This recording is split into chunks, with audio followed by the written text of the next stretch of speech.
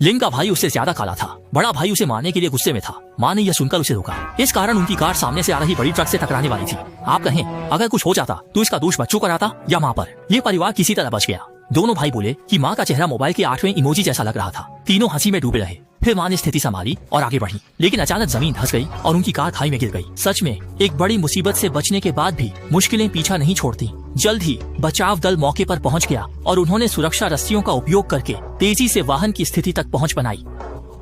महिला को टक्कर की वजह से बेहोश हो गई थी, लेकिन उसकी जीवन रक्षा के संकेत अच्छे थे और पीछे की सीट पर बैठे दोनों भाई भी सुरक्षित थे। कप्तान ने देखा कि जमीन बहुत नरम है। उन्होंने तुरंत एम्बुलेंस और उपकरण हटाने का आदेश दिया। इस बीच खाई के नीचे फायरमैन बचाव की तैयारी कर रहे थे, लेकिन इस घड़ी में भाई ने पहले अपने छोटे भाई को बचाने की गुहार लगाई। जब छोटे भाई को ऊपर खींच लिया गया तो उसने फायरमैन से पहले अपनी माँ को बचाने की विनती की। उसने कहा कि उसका भाई 9 साल का है और माँ के बिना नहीं रह सकता। कहते हैं कि मुसीबत के समय ही सच्चे रिश्तों की पहचान होती है।